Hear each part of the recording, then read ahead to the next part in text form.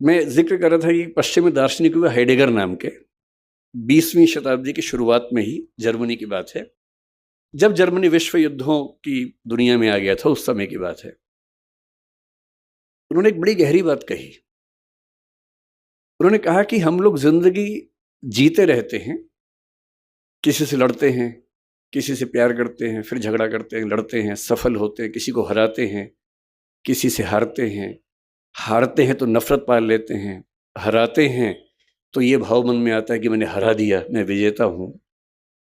इसी सब तिकड़म भरे अनुभवों को हम मिला के एक शब्द बोलते हैं ज़िंदगी, लाइफ।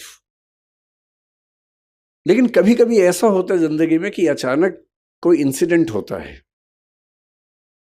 वो इंसिडेंट क्या होता है, जैसे मान लीजिए कि मैं और मेरा दोस्त सड़क पे जा रहे हैं, अचानक एक ट्रक की कार ब्रेक फेल हुई, उसे टक्कर मारी और मेरे साथ जो मेरा दोस्त था, उसकी मौत हो गई और मैं बच गया।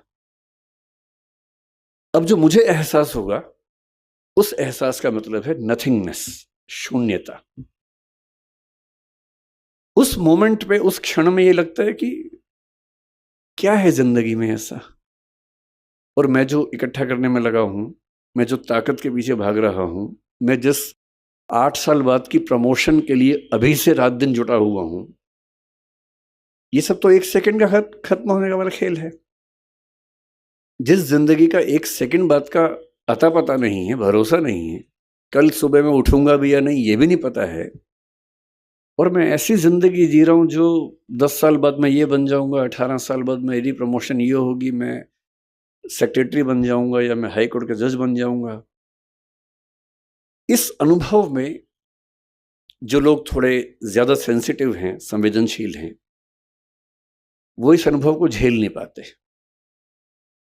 और उनके लिए इसी बिंदु पर टर्निंग पॉइंट आता है और वो जीवन का रास्ता मोड़ लेते हैं कि जब जीवन में कुछ भरोसा नहीं तो मैं इन निरर्थक चीज़ों के पीछे क्यों भागता रहूं? क्यों ना मैं किसी ऐसी सार्थक चीज़ की तलाश करूं जो अंततः मुझे सुकून देती हो। और हम जीवन क्यों जीते हैं? मैं दर्शन विषय का विद्यार्थी हूँ, पढ़ाता भी हूँ।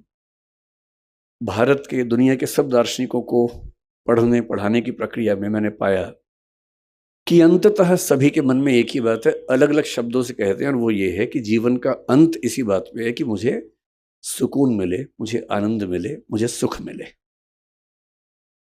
और सारे भौतिक सुखों के बाद देश की राजधानी की सारी ताकत को देखने समझने के बाद अगर उससे ज़्यादा सुकून